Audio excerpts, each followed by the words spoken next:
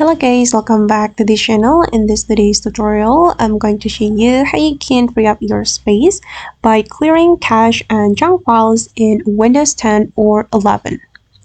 Okay, let's get into it guys. I have opened my computer with Windows 11, and if we want to clear cache and junk files, first thing first, we need to go to the Run menu.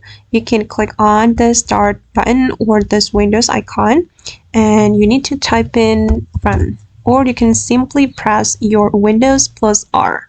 And then this Run menu will appear, and you have to type in clean mgr or clean manager. And after you type in this clean manager, you can click on OK and select the drive you want to clean up. And I'm just going to select my C drive and click on OK. Alright, and here we'll be able to choose files to delete.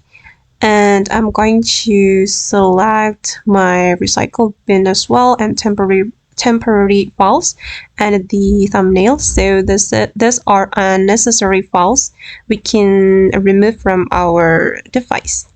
And then we just need to click on OK.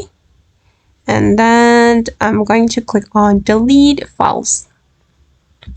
Okay, and now the disk cleanup process is being started, and we just need to wait until the process completed. Alright guys, and that's all the way to free up our space in Windows 10 or 11 by deleting the cache and junk files. I hope this tutorial will be useful for you. Thank you so much for watching, and see you in the next video.